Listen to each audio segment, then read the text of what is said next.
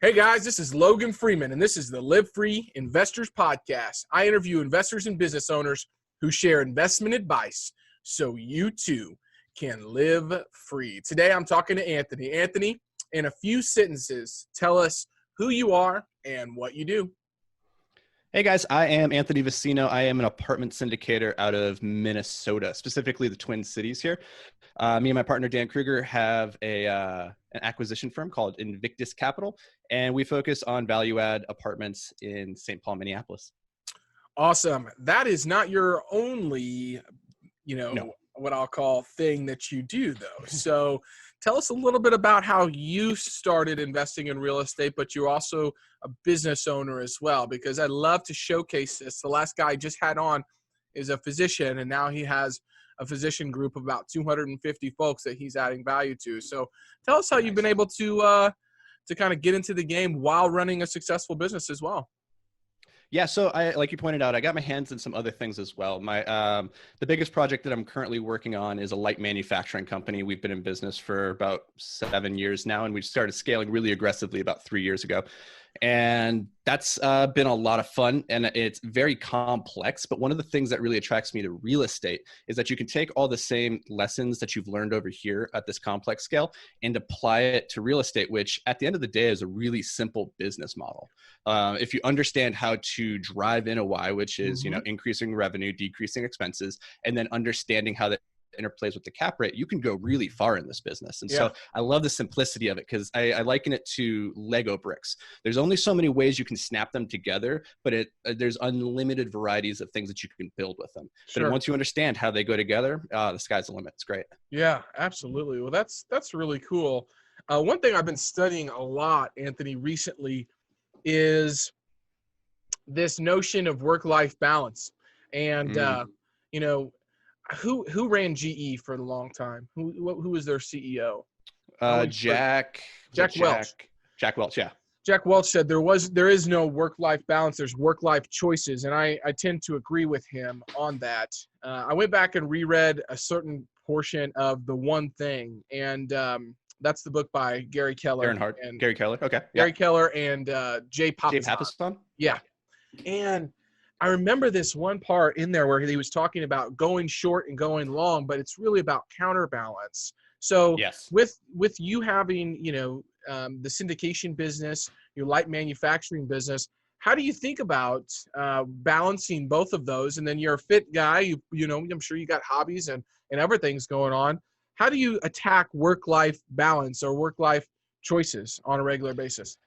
I think the way that you put that there, it's the work-life counterbalance. And, there's not this state of stasis where you can just perfectly perch, because the universe abhors stasis. It is always moving in one direction or the other. And so I think getting your mind wrapped around that concept that sometimes work is going to take a little bit more time. Sometimes it's family, and it's going to be tiptoeing back and forth. And you have to find that counterbalance where it's not getting wildly out of control. And the key then, I think, is to recognize sometimes I'm going to have to go harder. Like when you're in the middle of an acquisition, okay, honey, I'm going to be really busy for the next month. And then once you get to the end of that finish line saying, okay, now I need to find the counterbalance. I need to lean the other way now that this is through that finish line temporarily, and go spend time with the family and catch up there. And I think it's about clearly articulating those expectations with yourself and the people around you so that they know, hey, right now, I can't prioritize this thing, but I'm going to prioritize it once this thing is passed, and then actually holding yourself to that. Because I think that's one of the things we do really poorly probably as entrepreneurs is we say to friends and family, hey, I'm going to make time for you. I'm going to make time for fun over here. And then we never do it. And so then people stop, taking us at our word when we say, hey, I'm going to prioritize you. So that's hard. That's a key, but you got to have that time. Otherwise life just gets wildly out of whack. Right. Yeah. I love it. Anthony, I couldn't have said that better. And, he mentions in the book that in business, you have to go long, you have to work, go deeper instead of always trying to go so wide, right? Go long on one core aspect, but in your personal life, you have to go a little shorter, right? I mean, you have to be able to pivot a little bit faster between maybe your children and your wife. And the example that they give is if you try to teach your kid, one thing for like 6 months, that would be overkill, right? That'd be going too long. So you have to go a little bit shorter. So I really like that, because you just likened that to, maybe during a capital raise or something like that, you have to go really hard for a very specific time. And I think it's good to go long in your business anyways, and not keep, chasing the shiny object per se, but in the personal life, you have to be able to kind of pivot. So really great way to put that. What would you say is the best thing about being an investor and a business owner? I think it's that your outcomes are clearly correlated with your inputs. And so, real estate's a team sport. Business is a team sport. You're going to put people in different places. And if they're not performing up to your expectations, that means that it's on to you to either train them or replace them. Yeah. But at the end of the day, you have that control and that power in a way that you wouldn't have if you were just a player on somebody else's team. And that's something that I have a really hard time with. If, I want to have full control and accountability. If something goes wrong, I want to be able to say, this is on me. This is how I'm going to fix it. But when you're playing on a team that you don't get to make those calls on necessarily, you can only step so far forward before, people start to push back on that. So that's what I personally love about it. And some people maybe won't thrive in that environment with, like ultimate accountability, because it's a heavy weight, it's a heavy burden. But, the type of people that thrive in that, I think they do really well. Yeah. Yeah. Repeat what you said. The inputs are tied directly to the outcomes. Is that how you put that? Yep, exactly. Yeah. Which is it's really difficult, I think, working in a cubicle for a really big business, or, and I think this is one of the reasons people start to turn to investments or to starting their own business. They realize, like, all my inputs are going towards an output that I only receive a small portion of, like my paycheck, right? Whereas when you're a business owner, like, hey, that's all coming back to you in some way, not just in monetary, way, but also like in the control, the responsibility, and the life fulfillment that you get then. Anthony, keeping up to date on current trends and opportunities can be a real challenge, right? We're both in the multifamily world. Everybody said that, rents are going to be tough to collect in April and May and June. What is the best way that you stay on top of, the current trends and opportunities? And then this is something I've been searching out for the last week or so, is trying to find an economist or real data that's going to support, because we're getting ready to start about a $10 million equity raise. And so I'm raising for 4 different assets at the same time. And I'm trying to figure out if there is a source that folks really, really trust and rely on, that I can go to and kind of get some data. But it seems to me, you tell me if I'm wrong, everybody's crystal ball seems to be a little bit different. If you ask Kenny McElroy, he's really, what is it, bearish on the multifamily world right now. He's looking on a longer horizon. So he recognizes, like, the recession cycle, and that we're probably going to go through that. And that then means within the 12 to 16 month horizon, deals are going to get really good. Yeah. And so being patient right now. To that end, I try to keep it as simple as possible. And I say, one is really understand your investment parameters so that you can, like, really nail down to your thesis and your core playbook. And when times get really tumultuous like this, I think you have to go to the fundamentals and really lean into that. But, to that, there's a famous misattributed Charles Darwin quote, which is, it's not the fit that survive, it's not the strongest that survive, it's the species that's most able to adapt. Yeah. And I think that's critical in this time period where nobody knows what's going to happen. This is a once in a generation or a lifetime event, right? You can look back to the financial crisis, you can look back to 2000 and earlier, but those events all had different causes and mechanisms at play. So it's not a clear one-to-one correlation, which I think is interesting, because they always say, like, disasters never really repeat themselves in the same way. And, what happened in 2000 is different in 2008, different than right now. And so taking what happened there and saying it's going to play out like this, well, nobody can say that for certain. Right. All you can do is lean into your fundamentals. And so you need to be very clear on what your fundamentals are. Like, what are your investment parameters? What's your business model? What are you executing against? Get clear on that. And then keep your head on a swivel and pay attention. Don't be so blind that, that you're not recognizing opportunities as they come up, and don't just assume we're in the same world that we were in 6 months ago, or that the world will even be the same in 6 months from now. So to the question of like, where do you find resources? I don't have a good answer, because I take in a ton of information from anybody, whether I agree with them or I disagree with them. I think it's really important not to get into an echo chamber and listen to everybody's perspective, and then, synthesize that and create a thesis that makes sense for you. Yep. Yeah, I think that's great. I've been listening to, contrarians like Harry Dent, Richard Duncan.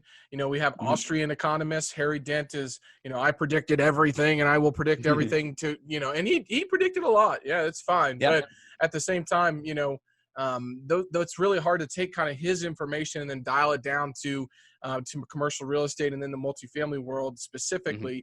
Hunter Thompson does a pretty good job of kind of, wading through the waters a little bit. Buck Joffrey does okay, I think. Jeremy Roll is really, really great. He was on the podcast last week. Yeah, he's a sharp dude. Yeah, he's Hunter. Sharp. Both of those guys, they're really sharp. But at the end of the day, it's really you can't get too sucked into listening to one person, right? You gotta get Hunter's perspective. You got to get these other guys' perspective, and then say like, at the end of the day, you have full accountability to make the decisions that make sense for you. Because what makes sense for Hunter is going to be very different than your situation, right? Yeah. Yeah. And I mean, I think too, is like geographically speaking, Russ Gray is always talking about how real estate is not an asset class, like it's hyper local. Like you have to be really, really careful. What's going on in the Southeast is a lot different than what's going on in the Sun Belt. It's a lot different that's going on in the Midwest. It's a lot different that's going on in the Northeast. I mean, we live in a country that legitimately it can be 100 degrees somewhere and 20 degrees somewhere else. Like, you think the economy's not the same, you need to be thinking about that. The Midwest is extremely insulated from a lot of different things that's going on. But when I say the Midwest, then there's a segment of the Midwest because, Chicago's a lot different than Kansas City, which is a lot different than, maybe even Nashville or something like that. So somebody I really like whose opinion I value quite a bit is Naval Ravikant. He's an angel investor. He has a podcast out there that I would recommend. It's very, very high quality stuff. Awesome. He talks from a very high level. He doesn't get into the weeds. And he has a very bearish opinion of macroeconomics, because at the end of the day, you're really just looking through a crystal ball that's really smudged and nobody has any idea. So he's very, very pro understand microeconomics, understand that, and then apply it to your unique context.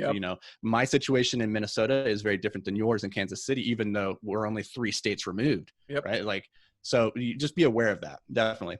Yeah.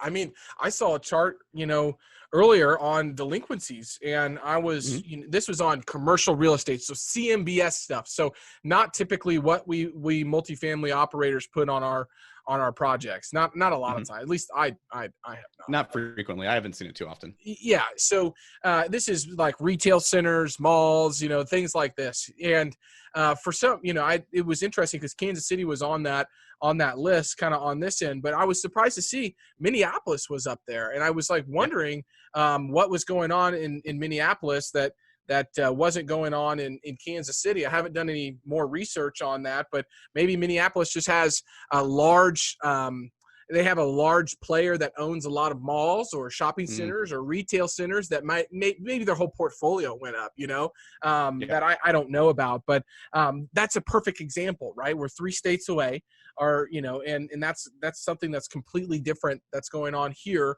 than it is there. And I think it's so important for folks to really dive into where you're specifically investing, but also dive into where the heads of your sponsors are, right? Like if they can't speak to you about micro or macroeconomics, or don't even know what that means, or what the risk-free rate is, or any of these things, that should be a red flag. Dan Hanford just put out a nice thing on, and this is why you wrote your book, I'm pretty sure, but this is a big reason. Dan Hanford, he put out like a 5-part series on LinkedIn. It was like red flags to investing in real estate. And I respect that guy. I think he's got some really great content and he does a pretty good job. I don't know anything about his deals, so I'm not going to speak to that. I just like what he's putting out on the internet. But one of those red flags was like, you need to be able to talk to your sponsor. They need to understand and be able to answer questions around economics, because at the end of the day, we're making choices on a regular basis on how to manage these assets based on data that we should be getting from really reliable sources. We follow ITR economics really, really closely, because I think they do a really good job of dialing it down and not being too positive or too negative. But they do kind of give you a good opinion, I think. And there's other folks too that I follow, but it's super important to talk to your sponsor, who you're investing with, and see where their head's at. If they can't answer anything, or they're like, oh, well, this, and this, or they just say, well, the National Housing, the National Multifamily Housing Council's rents are at this, then you should probably be questioning, kind of your decision. They need to be able to understand why, things are happening and why they are going to go in one direction or the other, or at least opinion about it, and then what they're going to do. Right. So let's segue that really quickly into your book. Well, man. I want to touch on that because it's so important. Like Dan's segment that he did on the red flags is super critical because, here's the thing is market trends matter, and you have to understand where we are in the cycle. Yep. But the problem is for the last 10 years or so, the market's just been generally going up. And so you got a lot of players in the field who have only ever experienced this upward rising market. Absolutely. And humans, as a general expression, we always think the good times are going to continue, and we think the bad times, they're not going to last very long. Yep. And we're generally optimistic as a species, which you need to be, as a species. If you're going to be planning to be around next year, you're like, oh, I'm optimistic, I'm going to be alive, I should probably save some food and some money to be alive for that, right? And so, but you need to find sponsors and have those conversations with them and understand they might be new to the game and they might not have the deepest data to point to, but at least like even them pointing that out and acknowledging, okay, I don't have all the answers, but here's who I'm going to get those answers. Here's my plan of action should this happen, X, Y, and Z. And that's what I look for. It's because, experience it goes a long way, but you can have some really new operators who can really crush it if they have the right plan of action that they plan to execute. Yeah. Yeah, or they have the right people that have the experience around them that can help them. Exactly. I mean, that's so important. Awesome. Well, okay.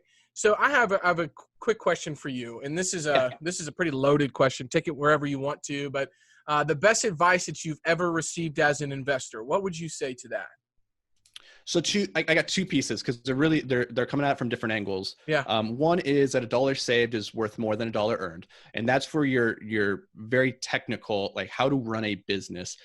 Understand that every dollar that you can save in expenses is $1 straight back in your pocket. But for every dollar earned, that's earned on a margin. And even on a really good margin, like, in the light manufacturing world, we run on a 40%, 50% margin. That means for every dollar I bring in, I only get to keep 50 cents of it. Yep. So, and this applies to real estate, is it's sexy to try and drive up revenue, but it's more important to have, really strong defense on the expenses side. So defense wins championships, right? Yeah. Like you can't overlook that. So that's one lesson that I always try to keep at the front of my mind, is not just how are we driving revenue, but how are we keeping expenses in control.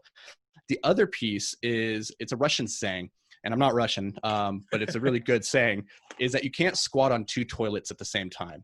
And so what I liken that to then in the business world is pick a toilet, pick a direction, and go that direction. Commit to it. Like, don't get distracted by all the shiny objects and saying, hey, you know what? Like, we're going into a recession. I hear storage units are really good, or mobile home parks. If that wasn't part of your core business strategy before all this happened, what are you doing pivoting? Yeah. Stay in your lane, understand which toilet you're working with, and own it.